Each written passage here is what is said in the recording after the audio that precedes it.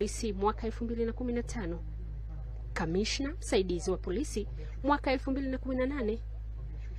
na kuwa kamishna msaidizi mwandamizi mwaka 2000. Ishara mbalimbali za maombolezo na kufanya utaratibu mbalimbali kwa ajili ya ibada hiyo kuanza. Mtazamaji wa Usalama TV, niendelee kukumbusha kuwa baada ya ibada hii kuisha na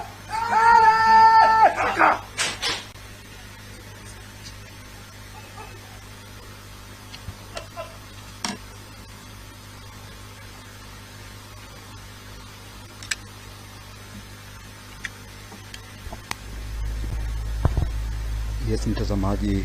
wa Usalama TV, kama unavyoona mkuu wa mkoa wa Tabora Mheshimiwa Paul Matiko Chacha akiwa katika hali ya huzuni sana, ukifuatia ni kamanda ambaye amefanya naye kazi kwa muda mrefu tokea enzi yupo mkuu wa wilaya katika wilaya Kaliua mpaka alipohamishwa kwenda wilaya Misungwi kwa Mwanza